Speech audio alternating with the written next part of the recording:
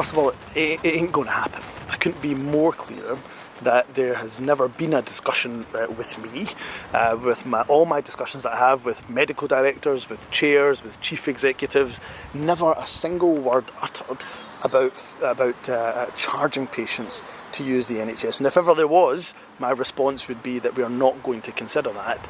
And I'm happy to discuss reform. I think we should be discussing reform given the pressure of the pandemic. But that reform will never, ever contradict the founding principles of the NHS. Well, I think what we should do is continue with our plans around the National Care Service, because they haven't been materialised out of thin air. We had the Feely report, which was the independent review of adult social care. So we should continue, but where I'm up for that discussion around the National Care Service, be it with the care providers, be it with the trade unions, the opposition, whoever, I'm up for that discussion about, well, what does the National Care Service look like? What does the profiling of the National Care Service over a number of years look like?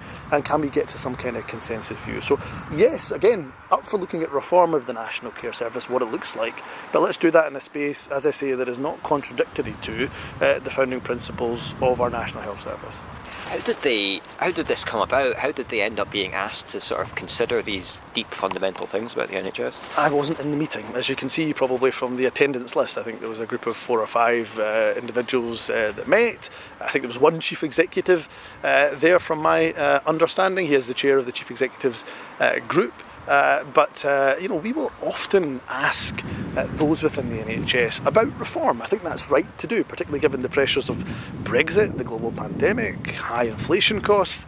I think all these things have an impact on the finances of the NHS. But one thing we just will never, ever, ever contemplate is charging people, regardless of how wealthy they are, for use of the NHS or treatment on the NHS whatsoever.